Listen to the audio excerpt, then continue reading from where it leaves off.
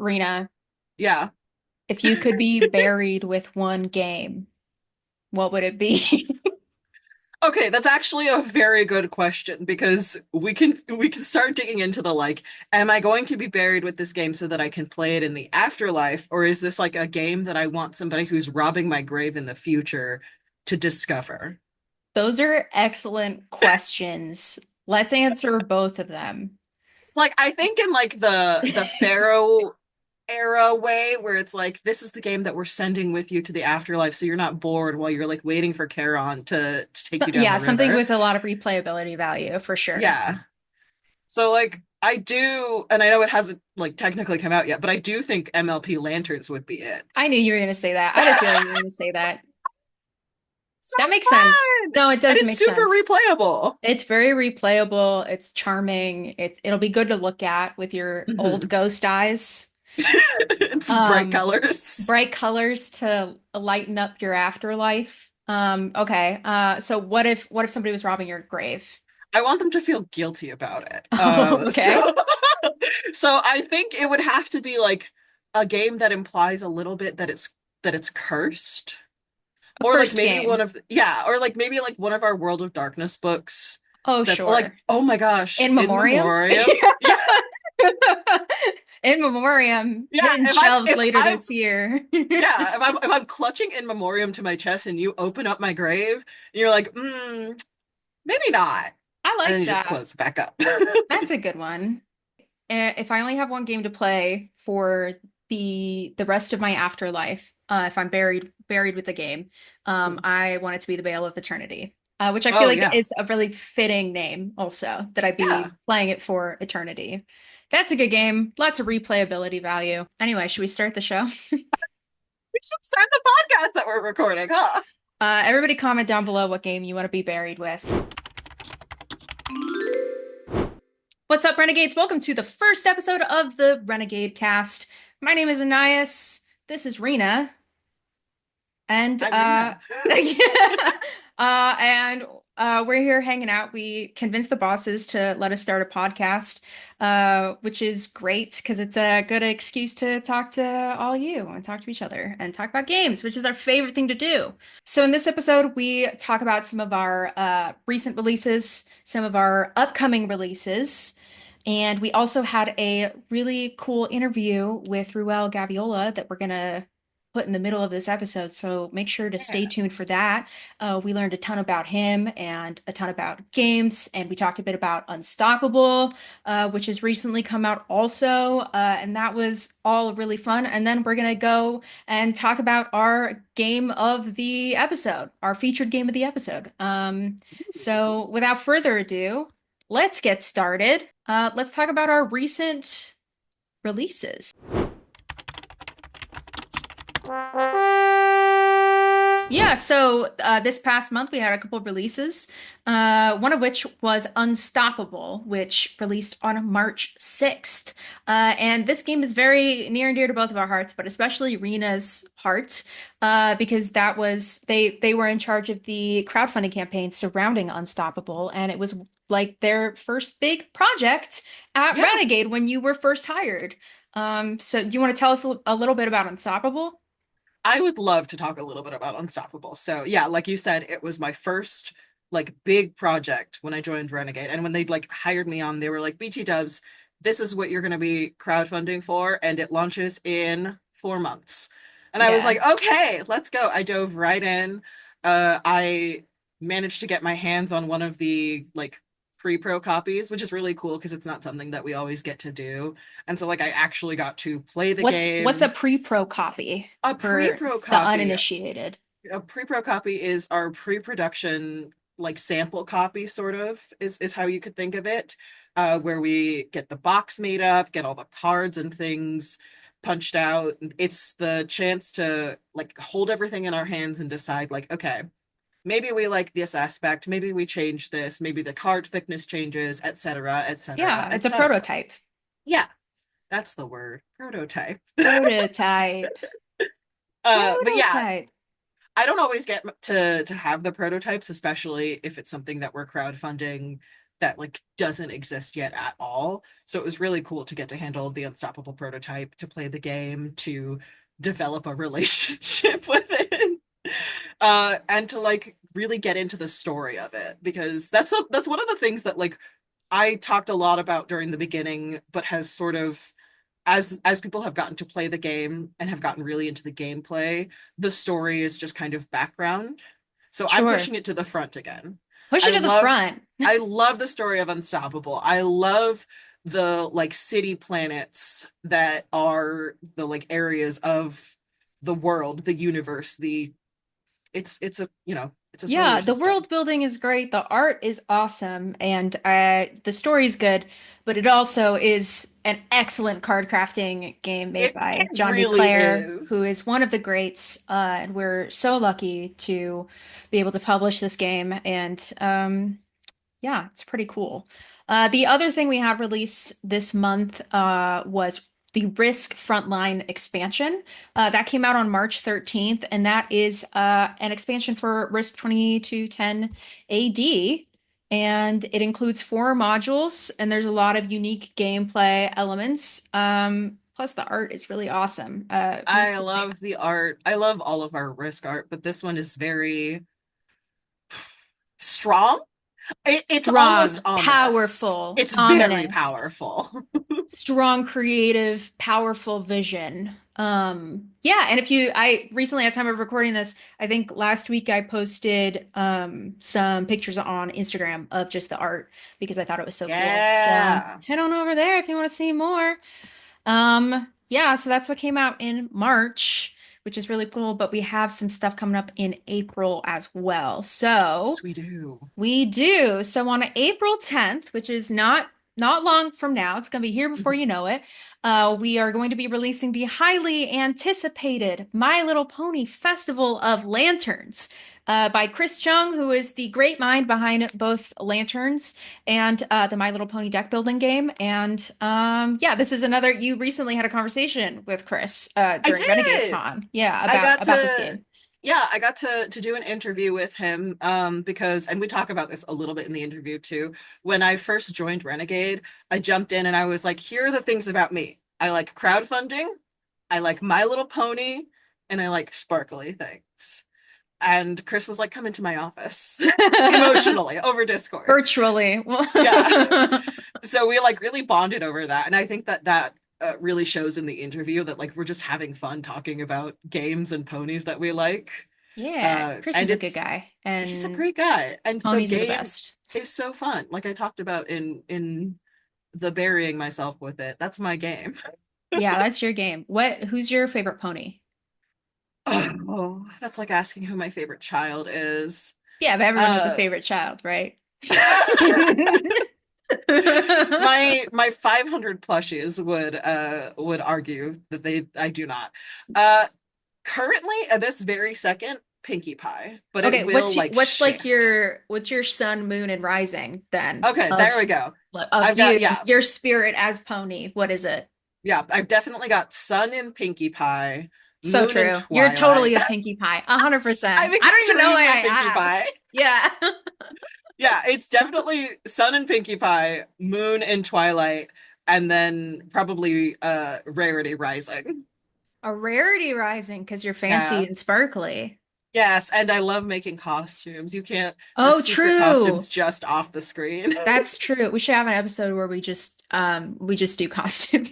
I'd love to do that. I'd love to talk about costumes. I would, one of the, so was it last year that you did our that meme of our board games on the red carpet at the That Met was the Met. Gala? Yeah, that was the last Met Yeah. Gala memes, board So games as I Met love Gala that dresses. so much, and I do have like some fashion design experience, and I thought it would be really cool to, and I never brought it up because it's we literally don't have time to do it.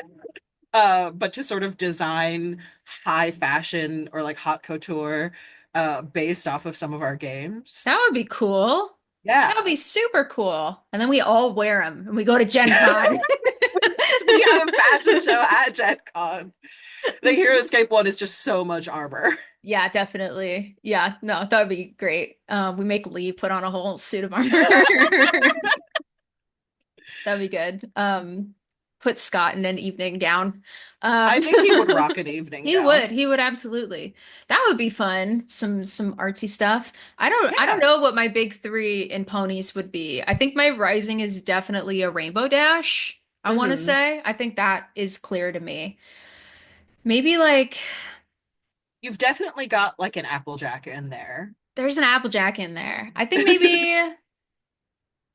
maybe it's like I think maybe it's Twilight Sparkle Sun, Applejack Moon, and then Rainbow Dash Rising. Does that make Yeah, sense? that makes sense for you. I feel like that makes so my real big three is Cancer Sun, Pisces Moon, Scorpio Rising, which is crazy. Um, so I feel like that's kind of the equivalent a little bit Yeah. of that. So that would be kind of closer to my real one. Um, yeah, MLP Festival of Lanterns coming out April 10th. Mark your calendars. Set your alarms. Make sure Get you get it. ready. Get You can ready. pre-order it You now. can Like, pre-order it now, and you and then it'll just show should. up. I don't know why you haven't pre-ordered it already. Um, Pre-orders are the best because you pay for it, you forget about it, and then you get a it's present like at a your present. doorstep. Yeah, no, it's awesome. We love to see it. Also coming up in April, on April 14th, we have a bunch of Heroscape stuff coming out, which is super cool. So we have three Heroscape Rising Tide releases happening. So we Hmm. have the Queen Maladrix and Festering Honor Guard Army expansion. We have the Oathbound Phalanx. I don't know. I feel like every time I I think talk to it's somebody, actually it's different. Phalanx. Yeah. Phalanx. Oathbound Phalanx and Oathbound Legionnaires Army expansion. And then we have Wing Commander Tuck Harrigan and Vorid Glide Strikers Army expansion, which is, I'm the most excited for that one. Um, that's the best. They're so cool. Make sure you go to heroescape.com and check out all the character bios and all the art and stuff because it's awesome. It's very cool. Yeah. But we also have a fourth release in the Heroscape world of things, which is the Army Painter Heroscape Age of Annihilation paint set. And that is all of those are coming out April 14th. So get ready. You have no idea how excited I am about this paint set I because know I've been nerding out about it since I found out we were collabing with Army Painter because I'm an Army Painter yeah, gal through and through. like truly the colors are spectacular. The brushes are going to be super high quality. Like I I almost ordered two set and I might still actually order two sets of the Heroscape things that I have on order just so that I can paint my own because I Yeah. really like painting things in like unusual colorways. Yeah, no, it's cool.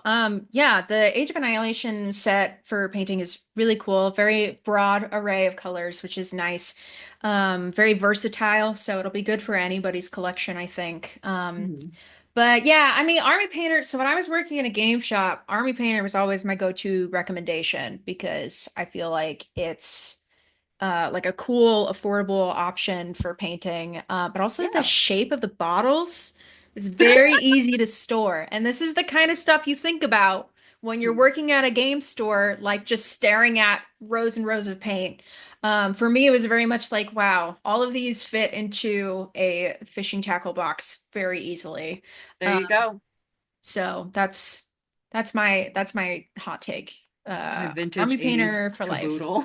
All right. Well, those are our recent releases and our upcoming releases. Make sure to keep up to date with our social media to keep track of when everything is coming out. We're always announcing stuff. You can also go to our website and click news, and we release blogs. So if you want more written documentation of stuff we've got going on, that's a great place to find it. But I'm gonna hand it over to past Anais and Rena and Ruel for this interview that we did, and I hope you all enjoy it. It'd be super cool if we had a third person here It really as would a be. guest expert to join If us for only this first episode of the Renegade Cast. it would be a lot of fun. And I think it would have to be somebody who's like really into board games and So who plays a true. lot of them. Yeah, somebody who plays like a ton of games, maybe. Hmm. Somebody with like a lot of games in display in their background right now, and that maybe is has access to my Zoom room so they can join the call. And oh, but hey, this is crazy. Ruel, Hi. Well, when did you get here? I don't know. I'm so glad that I've been called a guestpert. That's the first time I've ever heard that term, and I'm super excited to be the Welcome. It's guestpert. that's our Yes, our renegade specific term. We don't have Nice. guests and experts. We have guestperts. Nice. guestperts, Yeah. portmanteaus only. Welcome. Welcome to the podcast, Ruel. Thanks for Thanks. having me. Super excited to be here. And I just happen to have a ton of games on display, so Whoa, that that's works out It's perfectly. great. crazy. That's crazy. You have like a couple Renegade games back there Yeah. too. Yeah. What a nice Nice coincidence. coincidence. They are legit two of my favorite games. Raiders of the North Sea on this side and Ex Libris on this side. A true fan. We Oh love to my see it. gosh, Yes. Well, Yes. as long yes. as you're here, maybe we Yeah. can. Do you want to be on the podcast? Sure, what the heck? I got Sure, nothing what else the to do heck? right Nothing now. else to do for the next hour? That's great. All Yeah. right, cool. Well, Ruel, this is Ruel Gaviola, listeners. You may know him from his work with Good Time Society or his work on his personal channel. He's done some playthroughs of us. He's been on Renegade Con, and he's an overall really cool dude. But I have the inside scoop on Ruel.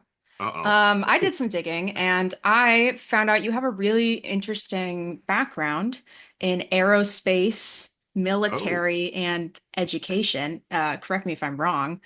You are Um, correct. Wow. Nice digging, Anais. Oh so my I gosh. I would love to know. I think that's so cool. I've always said that people who find their way into the gaming hobby or the games industry always have like the weirdest, coolest, most interesting way they got in. So I would love to know about your past life or current life. I don't really know.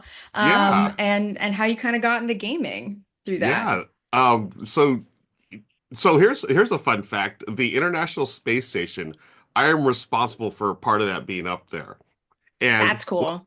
well, when I say that, I mean it in the very tiniest 0.00001%. Many years ago, as you did your digging, I worked for an aerospace company and I was in the publications department. And we were responsible for putting together documentation for a very small part of the International Space Station. I don't know if it was like a screw or, anyways, just a little thing. So I did the paperwork for that. So I made a lot of photocopies during my time there and some editing. And yeah, then years later, the thing was put up in space. So I like to take credit for it, but there's like things called like engineers and astronauts. They probably did a Yeah, little but more than I did. whatever. Yeah, Every Whatever. every contribution helps. It wouldn't be up yeah, there without that screw. exactly. Yeah. It's So true. yeah, so that was my previous life. I had gone to school as an English major, UCSB, UC Santa Barbara, go Okay. Gauchos, and that's what led me into getting into the aerospace department, which was somewhat close to Santa Barbara. And I was working in the publications department, did all kinds of anything to do with words, right? For sure. Whether it's copy editing, writing, whatever. And that launched my career into technical writing. I worked for a couple of startups, and then I ended up doing stuff for the military and emergency services. We worked on software, and I was the guy that put together the manuals and stuff, or help edit those manuals. And so, in a sense, I guess I was reading rule books way back in the day before I got into Totally. A gaming, hundred right? percent. A Yeah. hundred percent. That's so interesting that you went from English into STEM, like getting an English Yeah. degree. Because I think that's like not what a lot of people think of when they say you got an English degree. They usually think, Mhm. Yeah. of something more writing Yeah.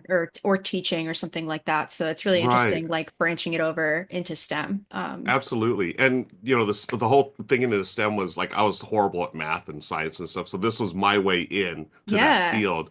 Yeah. And then, I wrapped up my career there and I moved on to I actually started doing some corporate training where I was helping managers who were out coming outside from the outside of the US, non-Americans. Management who needed help acclimating to American business culture. So I'd help them. I would sort of teach some business English, and I did that for a few years. And then one day, my wife and I were just sitting around watching YouTube, and Will Wheaton comes on tabletop and starts playing Nice. games, and we're like, "What is that?" Yeah. And this was back in 2015, and that was just the beginning. And I've been in the industry ever since that year. That's cool. Yeah, 2015. So like you've yeah, been doing this for like 10 years That's now. yeah. I yeah, also yeah. uh So it noticed that. was. Yeah, it was. So I started, I got into the hobby super hardcore, just, like a lot of us, just you play the one game and then it just opens up this, your mind to it opened up your world to gaming. So in 2015, I played the game Pandemic, which was a lot more fun than the actual pandemic we would go through a Sure. few years later. Yeah. And then my wife and I, we played Ticket to Ride. So we did some of the standard gateway games, right? And at the time I was still working the other field. So I took my writing skills and I started writing for a now defunct website called I Slay the Dragon.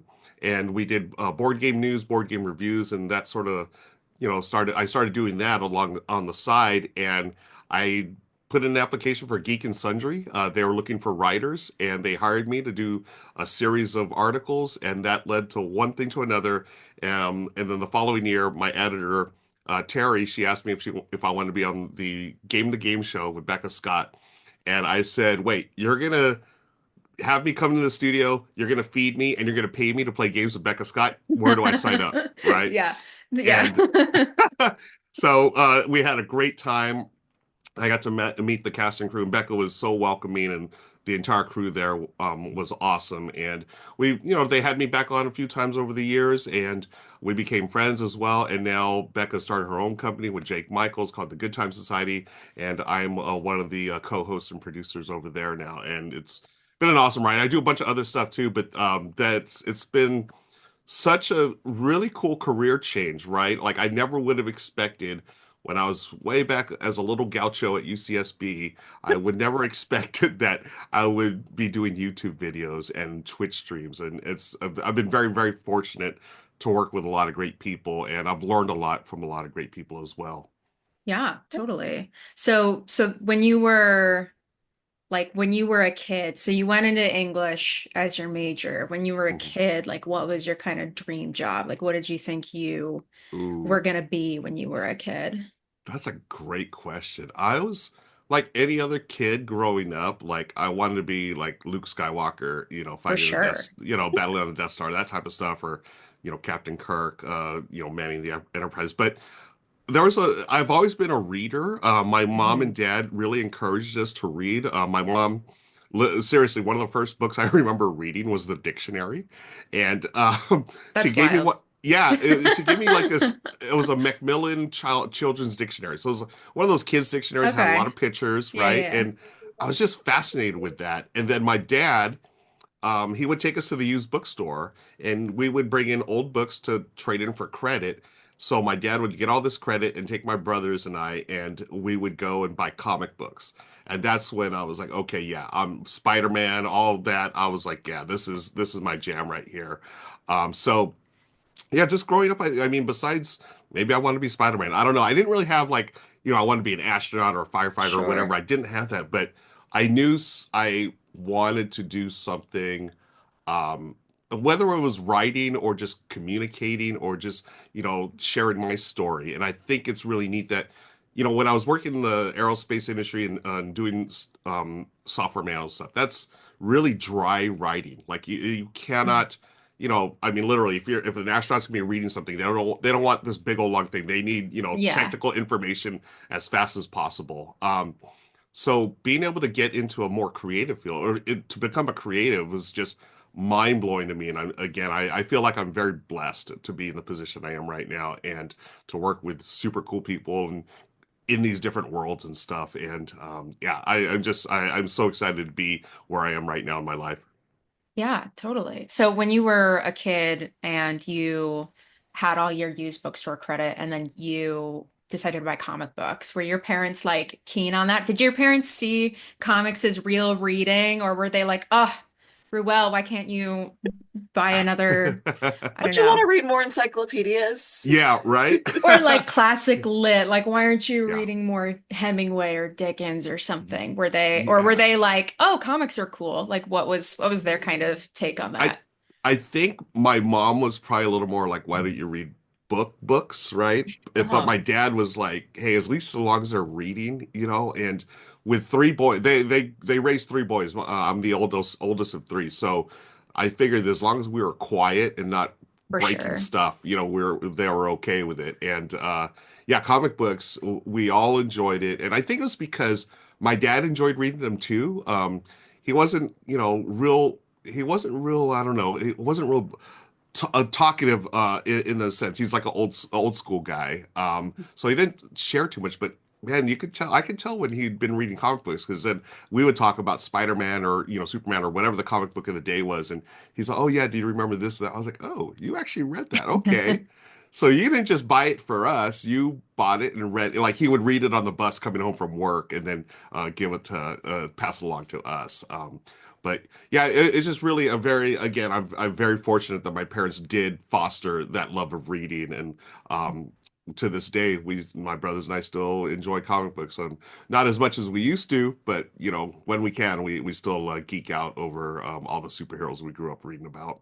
Yeah, that's nice. So were your parents writers or were they in writing field or reading, just big No, readers? No, my mom was the big reader. My dad was a more a lighter reader. But yeah, so my mom was a registered nurse her entire career, and my dad was an accountant, an auditor for the city of LA. So Wow. very yeah, I'm my cultural heritage is Filipino.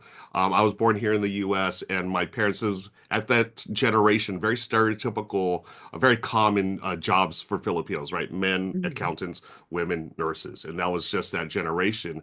I always thought like if they could get into I like a creative field, like my dad was an incredible artist. Like he would, draw stuff all the time, and I was like, oh my gosh, like it was like legit really good. And my mom was an incredible singer, right? But as first generation immigrants, they sort of scaled those creative pursuits in order to provide for their family, right? They Yeah. came out here and like I always talk about my dad passed away 2 years ago and my mom's still with us thankfully. But I've always told them I'm so proud of this.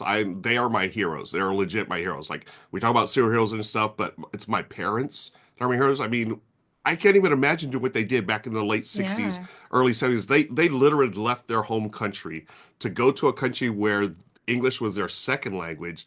They knew a few people, some relatives and stuff that had taken the plunge before, but they straight gave it all up to come out here. Like I couldn't even fathom doing that right now like going off to a different country. It amazes me, and I always get a little choked up. I'm gonna get choked up right now about it, but I love them so much, and again, I'm very fortunate that they were able to provide a life where me and my brothers could pursue our careers as we do, and I'm just so grateful for that.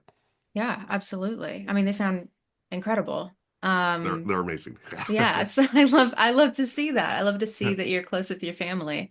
So you had mentioned when you were training, you were like doing training sessions for people who immigrated to the US Mhm. who their like English wasn't their first language. So that was kind of like to me that sounds like a nice way to pay it forward a little bit of that's maybe something that your parents had to deal with moving somewhere new. Yeah, that's I'm so glad you brought that up and nice. I didn't really think about that until like after I accepted the job. At the time I was like I was looking for work and this seemed like a really good opportunity.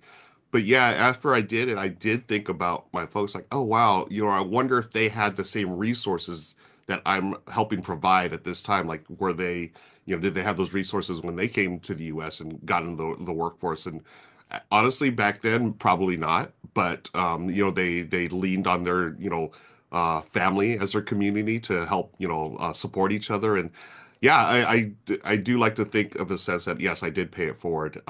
Hopefully, and if any of those managers are still out there, hopefully they're doing well, and hopefully they play some games too at the same Yeah, time. That'd be definitely. nice. So it sounds like you were very close with your family. When you got into gaming, was this something that you were able to share with them or with your brothers? Yeah, it was. So before I got into modern board game hobby back in 2015, every Wednesday night for years was poker night. That was my game night for Nice. years. Yeah, poker night with my brothers, some cousins, some friends, and the cast of characters would rotate, but it was for years. And before that, after I graduated from college, just stepping back a little bit here, my roommates and I did the same thing. It was poker night for years, and that was our gaming night. But then when I, moved on, I got married. and everyone else married kids and stuff, and priorities change, which is totally awesome. Then again, that one YouTube video just triggers something. Oh, I haven't really played poker in a while or any kind of games, and this looks cool. Will and his friends are having fun, and that's when I got into it. And then, of course, you want to share it with everyone, right? I'm Yeah. bringing, Yeah. I remember that first Thanksgiving after I got into the games. Came up with this big, huge box of games, and everyone's like, "What is that? What are you You doing?" became the board game guy that shows up to Totally, the function with a bunch of board games. I exactly. I love the board game guy at any function because it's because my husband is also the board game guy. Nice, It's like there's too many for any given function. There's right? 9 board games in here. We Yeah, don't have time to play all of them. We might have time to play exactly. one. But you need options. Yeah, You need exactly. options. Yeah, Yeah. that was totally me. Yeah, we do need options just in case, we have an odd number of players and we wanted different themes and all of a sudden you have like, 24 games in your bag like with like 2 hours to, play them. It's like no way it's gonna happen. But yeah, it was funny because that was me. And then like my nieces and nephew were still little at the time, so they would come over to hang out at our house sometimes for a weekend, right? They hung Mhm. out with Uncle Ruel and Auntie Michelle, and we just played games the entire time. It was awesome. That is And awesome. yeah, so not it was prepping them for a life of gaming, but I never want to like force it on anyone. It's like, hey, if you want to play games, cool, but yeah, let's go ride bikes for an hour or so, and let's do this or that. But games will always be there, and I'm happy to say that my nieces and nephew and my stepdaughter now, they're all gamers. They're all casual gamers, but they're always willing to,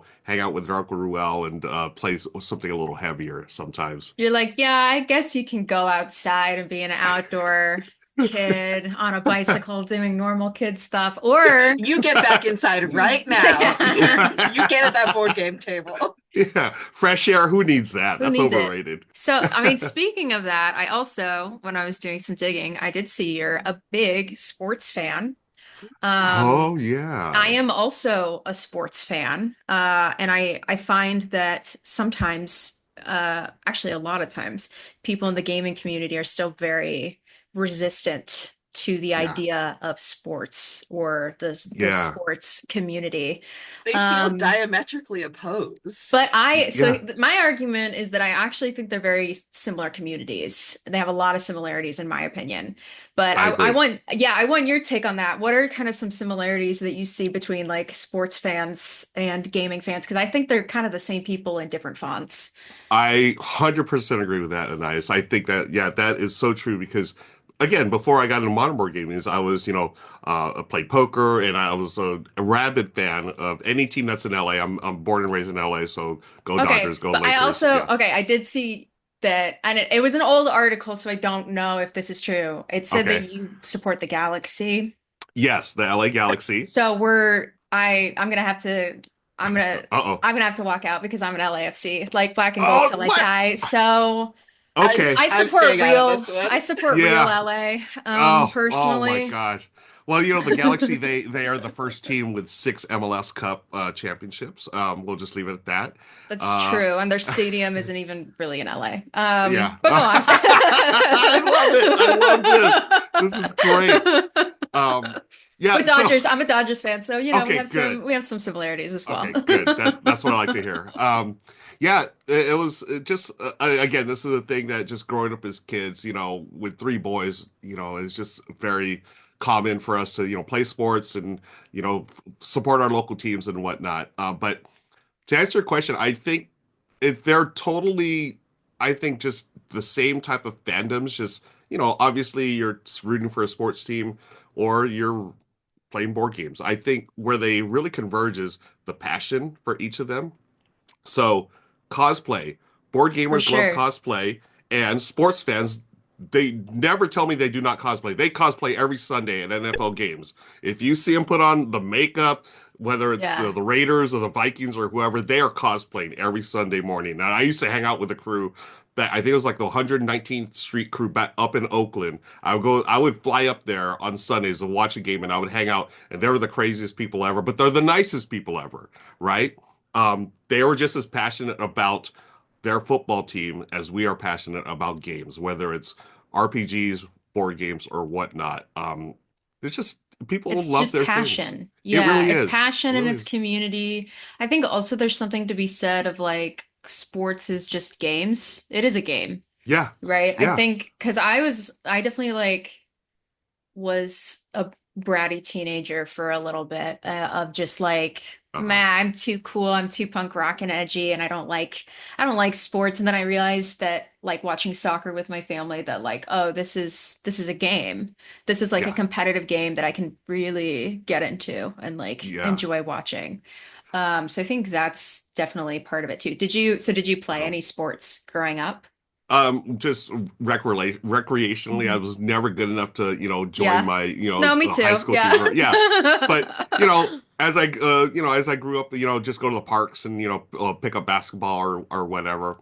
But I think you hit on a key point, community. That's what it Yeah. really is all about, right? Whether it's sports, gaming, or whatever you're passionate about, you will find your community. And the internet has made that so easy to find your fellow, whether you're a baseball nerd or you're a gaming nerd or you're a knitting nerd or whatever, your community is out there. And I love that. And I feel like I don't know, I think it's really neat to see the convergence of all the different things. Is like in for us as example, I didn't realize, and I just realized this over the last couple of years, that a lot of board gamers, whether they're retailers or publishers or gamers themselves, a lot of them really enjoy baseball, at least that I've Dude, found it. I was actually gonna Right? bring that up because Okay. so I wasn't like I wasn't super into baseball growing. I mean, Yeah. because whatever. I'm an Angelino, so like I Yeah. went to a Dodger game when I was a kid Yeah. because if Right. Right. you're, You you have to have go to. to one You have to legally. you have to Right. go to some Dodgers games when you grow up in Yep. proximity to Southern California. So I Hmm. definitely did, but I wasn't like super into baseball. Yeah, baseball is like that's one of the ones for sure that the gamers Absolutely. love. Right. And, I remember, I mean, this wasn't the case 20 odd years ago, but when my buddies and we were playing in fantasy football leagues, right? And this was way before it was cool. This was before the internet. We would literally every Sunday or every Monday, I would pick up USA Today, like an actual newspaper. Like kids that don't remember newspapers, they actually used to come out once a day on actual paper. But I would get it every Monday and go and look at the stats for each team, and I would like, put them in the computer program and spit out stats. And that is like a ultra nerdy thing Yeah. that became Hmm. like totally acceptable over the years, and I loved it. I love seeing how fantasy football is like just taking off, and it's a game. It's just a stats game, right? Yeah. That's so yeah. I just think it's so neat, and it's funny to see the evolution of fantasy football because 20 odd years ago sportscasters and athletes, they would sort of look down on us like, oh, that's nerdy stuff, whatever. Who cares about stats? But now, I mean, literally, it's a multi-billion-dollar business. It's Yeah. it's insane to me. But I mean, it's really cool to see how times have changed. Yeah, totally. If you could see a game, a board game or card game, I guess, that's like based entirely around a sport, like what would it be? Like what sport would you choose to like create a game around? And I know there are Yeah, some out there, like I yeah, think racing games are the most obvious, but like yep, for yeah. you, the perfect sports themed board game, what does that look like? For me, I mean, I haven't seen one out yet that has like really captured the thrill of basketball. There have been some basketball games and they've been okay, but like for baseball, I think Baseball Highlights 2045 is absolutely a masterpiece. I think it's a great game. It captures the feel of baseball, and I love it. I always play. I literally just played it a couple of days ago. But for as far as basketball, growing up as a Lakers fan, of course, I want to see a game capture. I have not seen any good basketball games out there. So baseball, I feel like we have one. Football's another one I like to see, but I'm not really the biggest football fan or even like football, non-American football, Football. football. Football. I haven't seen one of those yet, but for me, I think it'd be A cool basketball would be basketball the one. one. Yeah, for Yeah, I sure. think the aesthetic would be neat also. Hmm. And just like the Yeah, bright colors, like it'd be really cool. yeah. Yeah. Something Um, that conveys the speed of the game because that game is so fast, especially when you watch it in person. Like it's just incredible to see it up close, where you have these guys that are like 6, 7 feet moving. with the agility, the speed, and just the grace that they have. It's a Mhm. beautiful sport when you like, just like football, right? I mean, when they're out, it's called the beautiful game for a reason. It Yeah. really is. It's amazing what these athletes can do. I think I like just the vibes of basketball a lot. I love that there's a Yeah. DJ. I love that it feels like a party the whole Yeah. time. Yeah. Um, yeah, I think that's what I like most about basketball I is it do like that feels like it's a party. indoors. It's Indoors is indoors. good. Well, Yep. and like that's my thing is I also grew up in Los Angeles. We used to go to Dodger games. We used to go to like the football games. And Mhm. if it was too sunny or too like rainy or too, I'm sitting there with my book, miserable. But I can go to a basketball game. I can read my You should book get into in. hockey also. Oh yeah, hockey. Yes, hockey definitely Yeah. is another one that it's like I can bring my book, and two, I can get really excited and start screaming, and they get punchy with it. Maybe we Yeah. just need to get you really into the stats of a game, That's Rena. Yeah. it's really hard to do because numbers and I are not Okay, okay, friends. but Oh, okay. also, Okay. but Rena, you're an RPGer, I so Yes. am. maybe you like stories. So maybe Yeah. you should get into Formula One. Some Ooh. pretty wow, Ooh. a very Your loud long car con just for months. drove by. Um, Rita, have yes, you ever, do you know the about scoring a baseball game, like handwriting the score for, have you heard So of that? I do know about that because Okay. my husband, his parents are huge sports people. Okay. And he was taught from very young like Yeah. how to score a baseball game by hand. Yeah. And he's explained it to me, I want to say 4 or 5 different times. Yeah. And Yeah. he's like, yeah, and these are the numbers of the different like positions. And I'm like, I can't. Okay, I not know for I you. know Got it. their I music when think they walk on. Yeah. I think it's better. I think it's better like learning sports via watching. Like Yeah. I don't necessarily believe that with games. This is like if we're Yeah. drawing lines between games and sports. I actually think it's way better to just like learn sports by just watching a lot and enjoying Yeah. them. Like I think that's fun. Agreed. Instead Yeah. of just like reading everything. Yeah, that's Yeah, true. And especially, I feel like baseball is one of the easier ones to get into because seriously, you just go, it's like a day at the park. You're just totally. hanging out there. It's Okay. casual. Yeah, it's super cash. Let's go get a hot dog and a beer and chill. Oh, by the way, they're playing a sport now, and like, oh, okay. I've always enjoyed that about baseball because there is no like clock, right? Like football or basketball Right, or Yeah. yeah. soccer. It's like you just go until a 9 innings is done. It could be 2 hours. It could be three and a half. Who knows? And I don't know. It's just a very leisurely paced game, and I've always appreciate that. Um, I brought up the scoring thing only because I thought of this moment when a couple of years ago at Gen Con, there's a minor league team that plays literally right across from the convention center in Indianapolis, Mhm. and myself and the brothers Murph, we went over there and got a group of people over there, and two of them, Thinker Themer, Amy and Maggie, wonderful folks from Australia. They'd never seen a baseball game in real life, so they saw me and Mike Murphy scoring the game. What are you doing? And we're like, oh, we tried to explain to them, and they just figured, oh, it's sort of just like a roll and write, I guess, for a sport. All right, yeah, I Totally. guess in a way. So, Totally. That's yeah, we so had a great funny. time. Yeah, I love scoring ball games, and I love going to the park. Um, Maybe we'll go this year for Gen Con. that would be cool. Absolutely, You think we're yeah. gonna have time? Gen No, Con? No, We not at work all. we But I work can way too dream. hard, but we can dream. Maybe we yeah, can convince Scott to let us do employee bonding, Can we yeah. roll and All write the retreat. Annies maybe? all Roll and you write need the is like a couple of Ennies. hours. Yeah, It would just a be couple of funny. hours. It'd be funny to like score things, like score like live stream games the way people score sports. Like if you turn on Tabletop Titans or something, I or love like that. any kind of live streamed games, live stream Uh, wargaming, like when they do that for yeah, LVO and stuff I like I that. I think we've created a new A new subculture. niche. We I could do love like Yeah. it. fantasy football, but for the Valkyrie trials. I'll Renegade talk to the Cast organized listeners, play. I'll talk to the Heroscape people and see if we can get That's that great. going. submit All this, your all roll and this, write. yes, all this sports talk. I've got to make a confession. So here, What's your here it is. confession? Confession time, kids.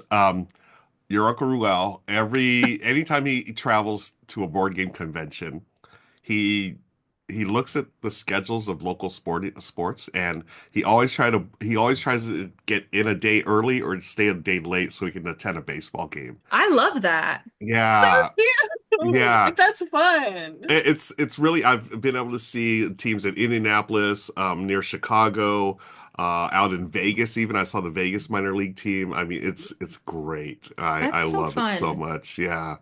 I like that. I think working in games, it's important to have a hobby that's not games. I think Agree. that Very maybe much. Hmm. viewers slash listeners watching slash listening to this might like want to work in games, right? Yeah. Because it is awesome on so many levels, but it is, I think one thing that people don't talk about enough is like how hard it is to continue enjoying games as a hobby when you start doing it more Yes. professionally. Do you find that that was kind of the same for you when you started making this more of your life? Yeah, that is, oh, God, that is such a great point. I think a lot of people um, that are looking to get into, say, content creation or into the gaming industry, as you said, like it looks awesome from the outside, and it is And it awesome. is awesome on the It is inside also. I want awesome. to It make Let that is. us be so Yes. clear. clear. I'm 100%. not complaining at Right. all. It's Same. awesome. And I Same. think that working in games has been, one of the best things to happen to me. But Same. Yeah. it's a It, job.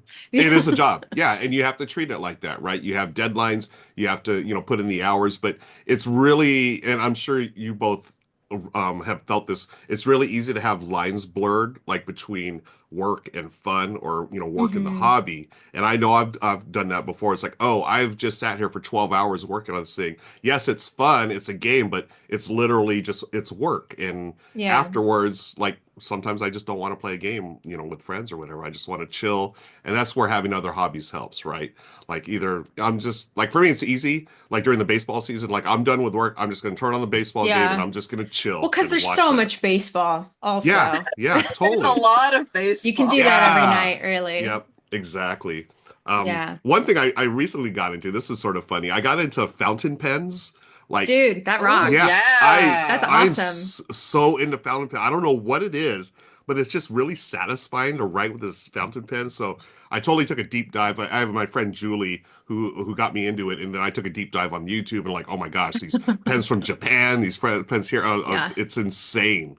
I'm really into knitting right now. Okay, yeah, yeah. So, and I think it's that same thing. I actually it was funny when I was learning how to knit and like I was talking to Rena about this actually because Rena crochets.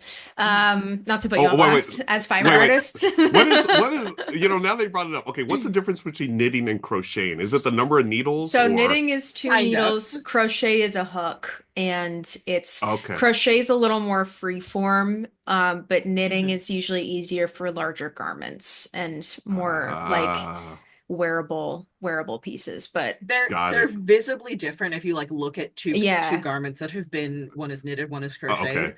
Okay. Um, but yeah, if somebody's just like working with yarn on a train, you can't always tell. yeah, but knitting is Got always it. two, so that's kind of a good way to tell. Got it. But reading knitting patterns reminds me so much of reading rules for a board game. Like it's very like there's a Ah, lot of like shorthand phrases that you follow and like a lot of you're constructing something and a lot of just like following instructions and like kind of figuring out how all of these things come together to create like a larger piece. yeah. Um but yeah, I think it's good. I think like working in games also, no matter what aspect you work in, can sometimes be really creative. I think a lot of people in games wear lots of different hats. And Oh, yeah. so like when your whole job is a little creatively taxing, like when you do creative stuff all day, every day, just depending on what at least for me anyway, Yeah. because we do some more creative stuff. Um like it can be hard to want to go like run an RPG or like sit Yep. down and explain a rule book and like really get into it because it feels like it's that same part of your brain and you need to Yeah. like Yeah. refill the Totally. brain a little bit. Yeah. Yeah. That's yeah, that is 100% true. You do need to I like to try to reset after, working for X amount of hours or days in a row on projects. And another thing that I rediscovered a few years ago was my love of Lego, building Oh, Lego, and Oh true. right, yeah. Yeah. it is That's another good such one that's like Zen. Like you can yeah, really kind totally. of, yeah. That's the word I was just gonna say, Zen. It's just like Michelle and I, we my Discord community got us into it. They heard me talking about it. And I was like, oh, this looks really cool. I've seen some videos, and then my Discord community right before the pandemic gifted an R2D2 Lego. So Oh, the like big yeah, standing the big one? one, yeah. Yeah. So Michelle and I took, we just did a chunk of it every night for like a week straight and built it. It was like, this is the best thing ever. So we totally, I bought a bunch of other like, I don't know, you can't see it right now, but I've got like TIE fighters and X-Wings, Legos hanging from my ceiling right now. And Michelle has a bunch of the botanicals at her Oh work. yeah, So those are so the little cool. plant, oh, those are amazing. And she loves them because, yeah, I can't kill them. I've got a green thumb. And uh, Perfect. yeah, but yeah, Lego, as you said, it's so zen and so relaxing. And yeah, I that's another think, way yeah. to relax. Yeah. I think like mini painting is also that. It's Yep. funny because I feel Yeah. like we're still saying creative things, but it just feels different, right? Like Yeah. It's a different part of your it's doing brain. something Yep. physical too. I think Yeah. when you like work on a computer, like it's all in your brain a lot of times, like doing Yeah. getting like spending your free time doing something physical. So I think like mini painting is huge. That's like really Yes. big for that's my dad's happy place. It's very much Nice. like how he can kind of relax and creatively express himself in a different way than what he normally has to. So Yeah. that's pretty cool. That's kind of why I'm stoked about Heroscape with the unpainted minis. I much Oh, prefer yeah. unpainted just because I Yeah. think that Nice. like getting to customize I also think like the Heroscape minis are great too because they're already pre-built. So many like high quality miniatures in the space are you have to assemble them yourself. Right. And then that's usually when I lose interest, as if I'm halfway through and then I'm like, ah, man. See, I love Yeah. puzzles, so that's one of my favorite parts is like Oh, building tiny things. I got into regular miniatures because of my love of RPG miniatures. And so now mm. I've just got like just off camera, like a dollhouse that is 90% of the way undone. Ooh, nice. Oh, that's sweet. That's good. You can put your little Heroscape figures in the That's what I'm dollhouse. gonna that's the plan. This is my like the opposite of like dice jail. It's like when my figures are done with the Heroscape game. vacation. Yeah, this is the vacation home. Yeah. Put That's the hilarious. Kiri warriors are living in the dream I've house. got a little pool. Totally. Oh, I love that. Oh man. So you played a couple games for with us recently Yes. with in collaboration with us. Yes. One of those was Unstoppable, which released on March 6th, Yeah. which at time of recording is last week. But who knows when this is going to come out. So maybe earlier this month if you're Right. watching this. And that is for people who don't know, that's a card crafting game by John D. Clare, which is available now. And it is solo mode, but it's part of our Solo Heroes series, but it also has a co-op mode. So I'd love to know like what your experience was like doing a playthrough of this game on camera. And kind of I'm gonna two-part this question. Also, what's it like playing on camera, like playing a solo game on camera versus playing a solo game like just for you? Oh, great question. So, first of all, I love Unstoppable, and I love the Solo Hero series game. I've been, again, very fortunate to work with Renegade a few times with playthroughs, and I love solo games. And that, going back to my origin story a little bit, back in 2015, when I bought the game Pandemic as a birthday present to myself. Michelle and I played it. We loved the theme, but she wasn't really into the mechanisms as much. So I just sort of figured out myself. Like I didn't really know anything about BGG. I was like, oh, I can play this by myself if I'm two different characters. And I did Yeah. that for like a month straight. So I was like, I'm a solo gamer. I didn't know it was a thing. But that's You why I did it love before it this. was cool, before it was the Exactly, Yeah. super right? trendy way to play. Yeah. So I love the Solo Heroes series games because these are games that are geared towards one player experiences. Now, Unstoppable, it says you can play cooperatively. I have not played cooperatively yet, but I do love the solo aspect of it because it's a roguelike game. So, I love Slay the Spire, right? And it has elements of that where, your characters are continually leveling up and changing. And the card crafting thing is so brilliant. I think I don't know. I don't know if I have a hot take here, but I feel like this is John D. Clare's best card crafting game to date. You know, I'm just gonna say, yeah, Whoa. that's my hot take for the show. I am gonna go. I love Mystic Vale. I wasn't the biggest fan of Edge of Darkness. I do love Dead Reckoning, but Mystic Vale I think was the probably the purest. But I think as far as fun and replayability, I think Unstoppable may be it. Because it's that whole thing of like you play, you're playing against the baddies at the same time you're crafting, but literally things change during, right after you play your turn, you flip over things, you slot them in, and those characters will come back up on the next turn. It's like, oh wow, now it's like stronger character, or maybe my character's stronger. So yeah, I really enjoy Unstoppable, and I love doing the playthrough. Now, as far as playing solo by myself versus playing for camera, the biggest difference is talking. I do way more Sure. talking on camera than I Makes do by sense. myself. Right? Yeah. But Yeah. having said that, I do talk a bit to myself when I'm soloing at home because by me saying it, by actually hearing it, it just makes a little more sense sometimes. Like, oh, Yeah. I need to place this here. Oh, I need the, and there may have been a time or two or 10 or 12 where I'll be talking and Michelle will say, "Oh, were you saying something?" No, no, I'm just playing a game. It's like, okay. So that may happen a lot in our household, but yeah, I love solo gaming. I'm a solo gamer for life. Yeah, I'm like that too. I think better when I could talk out loud. So Yeah, it's definitely like that I totally understand that. yeah. I But don't know.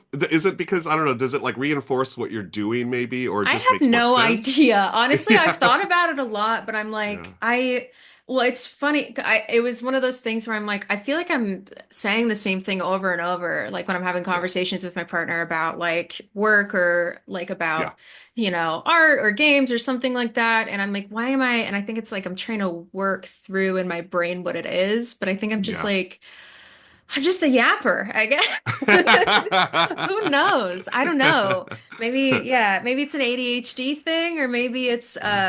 a theater kid thing. Maybe I just It's a beautiful combination of I'm all of the obsessed above. with There you go. myself. I love to hear myself talk, and that's the only way I'll listen. Um, but yeah, Oh, so I that's get that. hilarious. Talking to yourself, that's me. Yeah, For sure. I get that. That's why pets are great. You can talk to the yeah. You can pets. talk, Oh, yeah, you totally. could talk to pets, you can talk to stuffed animals if you're Yeah, not oh, yeah. afraid. It's Absolutely. true. It's And true. even when I'm not soloing games, I noticed when I got into content creation over the last all these years, like even when I'm playing games with friends now or in person, I will still talk out my moves like I'm on camera. Like, okay, I'm gonna do this here and here. And I was like, why am I? Oh, Do I they get guess annoyed when you do that? they haven't said anything. Maybe they are annoyed, but they're too nice to say I anything don't to me. So I I don't don't know. think so. It seems it's a courtesy almost. It's like, okay, these Yeah, are the things that I'm doing. They might affect your turn. I don't know. It's better than like somebody doing their moves like super quietly, super quickly, where yeah, I don't even yeah. like I look and I'm like, "Oh, you've moved on the board." Okay. Yeah, right. And and I know this for a fact. Like, if I mess up something, then it's easy for them to correct. Like, oh, I'll put my, character here. It's like, oh no, you can't do Yeah. that. You haven't done this yet. I was like, oh yeah, just Yeah. checking if you guys were paying attention. That's all. I do think it's good etiquette. I Yeah. like doing that also. Uh-huh. Unless I'm like really in the zone with like a Magic the Gathering or a Lorcana, but even still, Yeah. like I'm such a casual with the like I don't play competitively card Okay. games. Maybe I will in the future. I don't know. Yeah. But I think it's common courtesy. I think it's just nice to I do. think, yeah, I agree. And, I just played for the first time at the World Series of Board Gaming last year. I played in a Castles of Burgundy tournament, and they specifically say that you should announce your move and, actually, say what you're doing. And then they actually have like, if I'm going to get something from the supply, there's like this secondary sheet. You would put it on the sheet so everyone can see, oh, Sure. I just got 3 coins this turn, and I announce it. And then when my turn is officially over, I take it from the sheet and put it in front of me. So it's all like on the up and up. That was a really interesting experience. It was fun. Checks and And yeah, balances. totally, totally, right? I have another unstoppable question that is a little sillier, but it's near and dear to my heart. Okay. Do you have a favorite card, like a piece of card art maybe from the game that like you love or Ooh. that has like stuck with you? And I ask, I'll Ah. vamp a little bit so you can think. We're currently doing a like a mimic the art sort of contest in our Oh, Discord. okay. So a little bit like when the Getty Museum was like recreate art at home with like things that you've got. So Yeah. we're doing that sort of thing, and I got to pick some of my favorite cards from the Mhm. game and just look at all of this beautiful, like gritty cyberpunk art. The ones that I remember, I think it was like there's some bug creatures. The ones that look like bugs. Was it the Viren? The Viren, The Viren. yeah. Yeah, yeah. Those stuck out to me. I don't know for whatever reason. Those are the ones that stuck out to me. Maybe because they're like give me creepy crawly vibes or whatever. But the Viren definitely were the ones. How for Those ones are really you when good. you're gaming, how much does the art kind of impact your enjoyment experience? Are you somebody who's like really like into the aesthetics of a game? Because I know some Yeah. people like they actually don't really care. I know Yeah. I Yeah. was kind of surprised because I think I really appreciate a game that looks really nice or at least has a very clear artistic vision. Yeah. Yeah. Whether or not that's like my preference or not, I think that like helps with my immersion. But a lot of Oh people yeah. don't, so I'm curious. Yeah, it's interesting. So I'm the type that I want good art and a good presentation for me personally. I do have friends that they could care less. They're all just about the mechanisms of the game, and I'm like, that's fine. That's just not me. Like I've played way too many bland Euros. They all look the Sure. same. Like, okay, let's go trade in the Mediterranean yet again. That type of stuff, which is fine. Like mechanically, it's interesting, but give me a theme to draw on. I mean, again, you're looking if you can see the stuff behind me on my shelves. I mean, each one has a very distinct theme, whether it's Mhm. sci-fi or fantasy or whatever, and that definitely draws me in and keeps me in the game because at the end of the day, I mean, we're rolling dice, pushing cubes on tracks and stuff like that, but give me something cool to like wrap it up in, right? And Yeah. Yeah. yeah, I love thematic games, and as long as they have good mechanisms, right? I mean, it can't just be any old game. Yeah, it could be the greatest art ever, but if it's just literally just rolling a dime a piece, come on, give me a little more than that, Yeah, I don't need like Yahtzee with right? themes, right? Yeah, Although that yeah. might be cool. It might be interesting. I I don't Depends. do, know. I do love Yahtzee. I'm not gonna My lie. grandma can I'm a Yahtzee crush. fan. My grandma crushes Yahtzee. Nice. She loves a good Yahtzee or a bunko. Oh, Um, Banco. I'm personally a sucker for themes, so Yeah, like, yeah. yeah, Well, absolutely. Rena loves like crafts and I do. cosplaying and art and stuff like Oh, that. So okay. that doesn't surprise me at all. Yeah, That you would be yeah. into a good theme. I love a Nice. good theme. What do you want to see more from board games? Like, what do you want to see more from like the industry? What's something that you would like to see board games trend towards? Hmm. Yeah. The one thing that I want to see, and I feel like as an industry, we're getting a little better about it, but I want to continue pushing forward. But representation of um, all the great people that are in the industry. There's we are a very diverse industry, but we don't. I mean, how do I say this? So I want to see more representation of the different people that play games. And I think as an industry, we're headed that way, but I don't think we're headed that way strongly enough at this point. Sure. Whether it's behind the scenes or on box covers or in gameplay, um, people of color, women, and so forth, right? I want to see that where it's not just the standard Euro-y looking games that we've grown up with or that are prevalent in the industry now. I think we're headed that way, but how do again, I don't want to get political on here, but let's just say the current It's administration fine. Our may. coworkers probably stopped watching by now, so Yeah. you Okay, can say cool. whatever you want. There's All no right, way I'm getting here's them how to I watch really the feel. whole No, episode. yeah. I want to see us continually progress forward, move forward, and uplift others rather than sticking to the same old. So that's Yeah. I'll keep it like that. I'll state it like that. Yeah, I'm with you. I think Yeah. Yeah. I think most people, I think everybody at Renegade is with you. Also, I think we Nice. Yeah, all like that.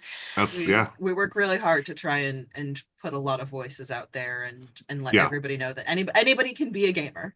Yeah. Exactly. Yeah. And that's what I've always appreciated about Renegade is, y'all have given me opportunities to, be face front on your page, which is not, not every company has done that. Not me specifically, but just, other Yeah. folks of color or women. But so I am appreciative of companies that, walk the walk and or talk the talk and walk the talk. You know what the saying is. I don't know I what know it what you're is. saying. I know what you're Yeah. saying. Yeah, no, I'm definitely with you, and I'm very grateful towards Renegade Yeah, for really for real. making an effort to kind of push that forward. Yes. Because times are changing, They are. They are and changing. it's it's only better. The more people we get gaming, the better it is. So Exactly. Truly. we should do Yes. everything we can to make everybody feel welcome. Well, it was great chatting with you, Ruel. Yeah, Yeah. likewise. Thanks for coming on the show. Yeah. Let the people know where they can find you and what you have going on.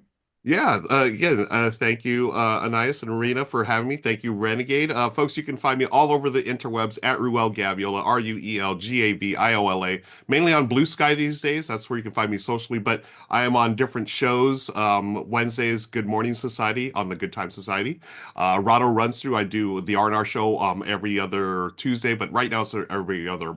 It's about once a month these days. I'm also streaming at a local gaming store in Corona, California called Critical Whoa. Hit Games. Yes, so Critical Hit Games, they recently they have a new owner, and he really wants to focus on streaming and creating videos. So I'm in the store every Thursday at 4:30 p.m. Playing games with them. So find me at one of those places. Also, I don't know when this is going to air, but we were talking about WonderCon. I will be at WonderCon, and I will too. I'm going to be, Yeah. yes, I will be moderating a panel called Crowdfunding Best Practices for Tabletop Games. So that's going to be on the Friday at WonderCon. Come by and say hi and learn some stuff. Thank you so much for having me on. This was a great time. Yeah, this was awesome. It was great Yeah, getting to thank you know for you joining and us. chatting about Likewise. games and stuff. Yeah, Yeah, we should do this again sometime. Yeah. I am always here for you. Yeah, just let me know. All right. Well, signing off. Bye, Bye, everybody. everybody. Wow, what a great interview. That was a great conversation that we had with Ruel. It was a lot of fun. It was a lot of fun to film, and Ruel's just a great person to hang out with. A And if you lovely ever see him at a person. con, just like say hi. Say, hey, I saw Yeah. you on Renegade Cast. That was really cool. Say, wow, the Renegade cast is so awesome. The Renegade Cast is my favorite piece of media to binge watch. Let's move into our final segment, which is featured game of the episode. Yes. Featured game. So Woo! this episode's featured game is Risk. Whoa. Whoa. A That big old thing. surprise. So for those of you who don't know, we have a couple versions of Risk on our web store. So we have Risk Godstorm, Risk 2210 AD. Like I mentioned earlier in the episode, we just came out with the 2210 AD Frontline expansion, which is really cool. And we will be coming out with Risk GI Joe special missions. So Risk is officially part of the Renegade family of games. And so I decided let's do a little deep dive. Let's find some fun facts about this game. You Um, can't mess with the it's classics, is what ascended it is. to classics. Yeah. And it's kind of broken through the cultural zeitgeist into the mainstream in a very interesting way that I will get into in a second. So, Risk was invented by a French film director, Albert Lemoris. Lemory? It's French. I don't know. Emily. Lemory. And originally released in what year? What year do you think? Oh Yes. geez. 1977. 1957 Dang, 20 years. as La Conquête du Monde. I'm sure La conquête du some monde. French or French Canadian people will yell at me in the comments. But it translates to the conquest of the world in French. So 1957, crazy. And then it was bought by Parker Brothers and released in, what do you think? Re-released. See, it couldn't have been too long after that. So maybe 63? 1959. That was Dang. me. I Oh, should have that made you was guess that one. I don't know. well, no, that's like a It was a fast fast turnaround turnaround. for a game. Yeah. Yeah. And there were some modifications to the rules as Risk, the Continental game, and then as Risk, the game of global domination. And yeah, it's been going ever since. It's there's a ton of different like pop culture versions of Risk. Mhm. And obviously we make Risk now. So kind of crazy to think about this game that was made in 1957 is still being played today. But like I mentioned before, Risk kind of broke through. It's much closer to being a household game. Like it's Mhm. definitely part of that. I think Monopoly, Ticket to Ride. I think Yeah. Risk fits in that family as well. Everybody's like aunt and grandma has like a copy of it in their Totally, totally. Somewhere, cupboard. somewhere in a closet, and there's so many Yeah. different versions. Usually, most people have like played a version of Risk. I wanted to make Risk the featured game this episode because literally like almost a year ago, I guess like probably closer to 8 or 9 months ago, I stumbled across a Risk reality TV star playthrough on YouTube, and I was pretty gobsmacked by it. I was deep in a Survivor phase, and I had just finished watching Survivor South Pacific, I think. No, Mhm. Caramon. Ah. Caramon, which I believe which was won by John Cochran for all my Survivor fans in the comments. Shout Um, out Survivor heads. Shout out Survivor, but he's like this total nerd who won. And I Mhm. was like looking up like just on the forums, like seeing where he is now and stuff. In 2013, Mhm. they made a YouTube series where six reality stars gathered to compete in a high stakes game of Risk. And they're all people who were either on Survivor or Big Brother. The Crazy. dichotomy of the two shows. Well, yeah, I don't know. Some people argue like they're kind of like the same in different fonts. I personally can't get behind Big Brother. I'm more of a Survivor gal myself. Yeah, so I thought that was crazy that they did that. But I'll link it in the description Yeah. box so you guys can check it out also because it's pretty fun, pretty interesting. So I mean, speaking of breaking through the cultural zeitgeist, when I was looking up fun facts about Risk, and doing some research, I found out that in 2021, did you know this? So in 2021, they announced that there would be a Risk TV series. I did not know this. I know I because you're right. I do know a lot of weird things about TV, but I did not. That would never cross my radar. Did it come Yeah. to fruition?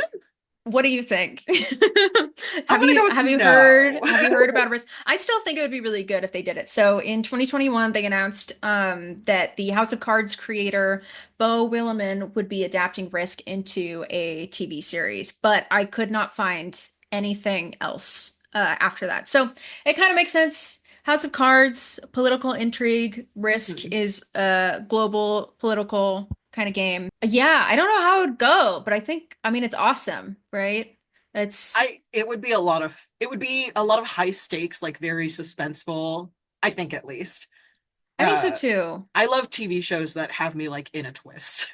Yeah, we love a good thriller. Beau Willimon, if you're listening to Renegade Cast, let us know. Beau Willimon, creator of House of Cards, avid May- Renegade fan. Probably. We don't know.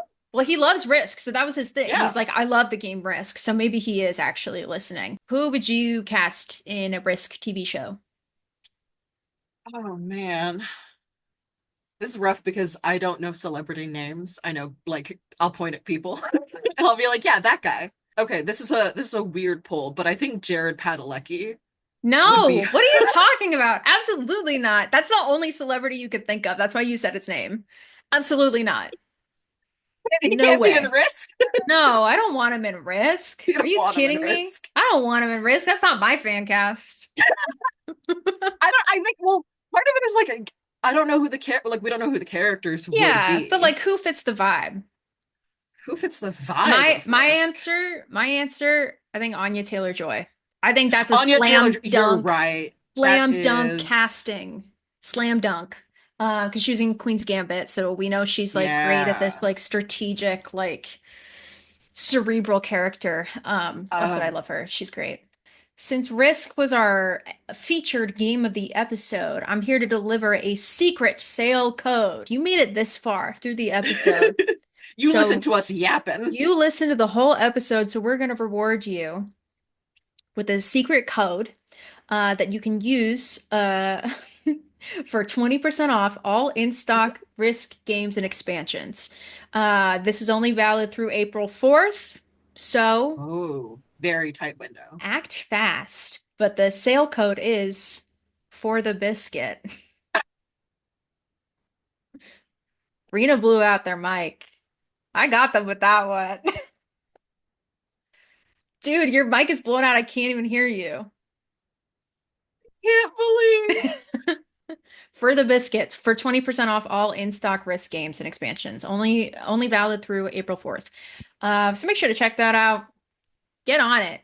And hey, if you want to just keep up with Renegade as a whole, Anais mentioned earlier, you can check out our blog. We post all of our updates on our website.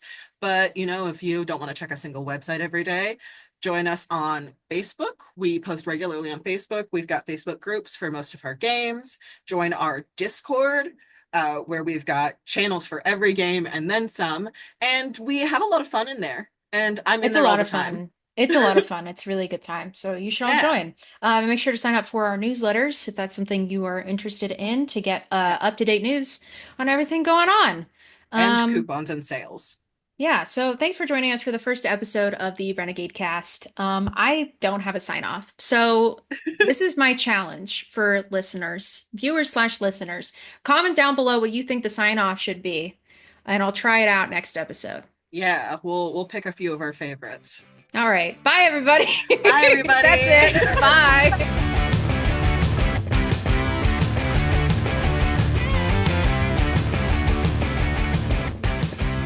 Whoa, what if it's like a TV show that's about the creation of the board game Risk and it takes place Ooh. in that, what I say, 1957? It's a period piece.